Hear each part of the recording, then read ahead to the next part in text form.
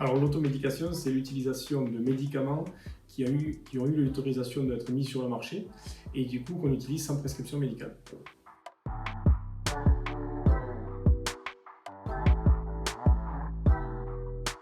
Le sportif, souvent un patient qui a envie de se soigner très vite et il va vite sur l'automédication parce que c'est souvent des pathologies très bénignes ou alors des maladies ponctuelles. Donc du coup, c'est des choses comme le toux, le rhume, une diarrhée, etc. Donc pour lui, c'est des choses qui ne sont pas très très graves et du coup qui peuvent se soigner seuls sans demander l'aide d'un professionnel de santé.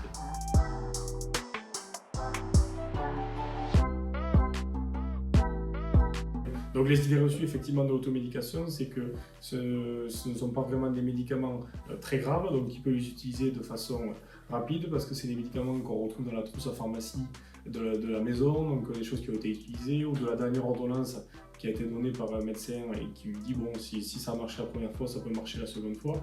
Donc du coup c'est des médicaments comme ça un peu qu'on a l'habitude de voir, mais qu'on ne maîtrise pas en tout cas ni la posologie, ni vraiment l'intérêt pour lui-même.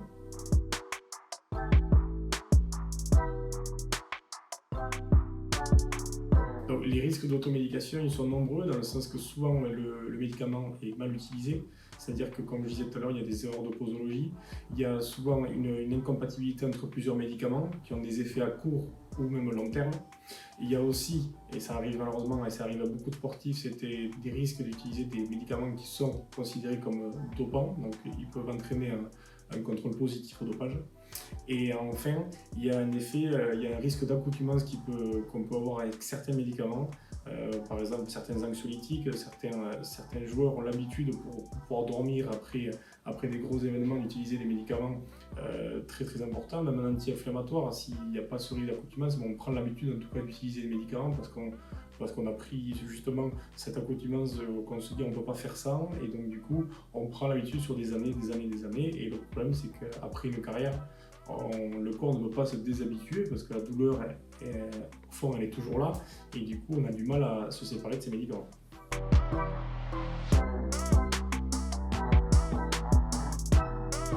Donc le sportif, comme on disait au début, veut se soigner très vite pour être prêt le jour J. Et malheureusement, en s'automédiquant, son premier but est d'être prêt et d'être le plus performant possible. Malheureusement, en s'automédiquant et en ne connaissant pas vraiment les médicaments, il peut déjà baisser ses performances sportives. Par exemple, il y a beaucoup de sirops antitussifs qui stoppent l'atout, mais qui peuvent avoir un effet de somnolence. Qui dit somnolence dit être moins prêt physiquement et avoir des risques de blessures un peu plus importants. Il peut y avoir quelques risques effectivement, pareil avec certains médicaments, surtout certains antibiotiques qu'on appelle les quinolones ou les cyclines qui peuvent entraîner des ruptures du tendon d'Achille. Et ça, c'est des médicaments, il suffit de les prendre 3, 4, 5 jours d'affilée pour que ce risque soit quand même vraiment avec un pourcentage très élevé. Donc rien que ça, c'est qu'à court terme, déjà il y a des risques, un sur la santé et deux sur la performance sportive, donc qui peuvent vraiment baisser ce jour J ses compétences et ses qualités de sportif.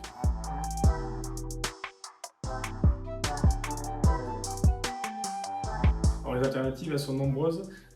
Déjà, la première des choses, c'est que le sportif doit savoir s'écouter. Son entourage doit être aussi prendre l'importance, en tout cas, d'une blessure, d'un rhume, d'une diarrhée qui dure quelques jours. Voilà, c'est tout ça. Il faut que déjà, autant le sportif que l'entourage prennent en charge le sportif et comme un patient classique, c'est-à-dire il y a des moments où on peut ou on ne peut pas jouer, où on peut faire du sport à haute intensité ou pas.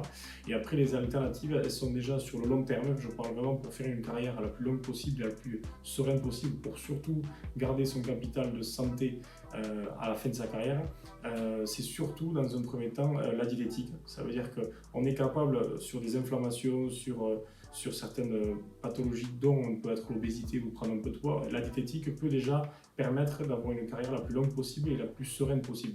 Ça, c'est la première des choses. Et après, en allopathie, c'est-à-dire en médicaments hors prescription médicale qu'on peut utiliser, il y a des médicaments qui marchent bien et qui n'entraînent pas des effets indésirables pour le sportif. Et après, ce que je trouve, certains médecins et pharmaciens le conseillent facilement, beaucoup de choses type homéopathie, mais surtout aromathérapie et phytothérapie, où c'est pareil, il ne faut pas les considérer comme des produits lambda, mais par contre, s'ils sont bien conseillés et bien adaptés, on peut associer de l'allopathie à de la phytothérapie, de l'aromathérapie, pour avoir des effets quand même assez rapides, sans prendre le risque autant pour le dopage que pour la santé du joueur.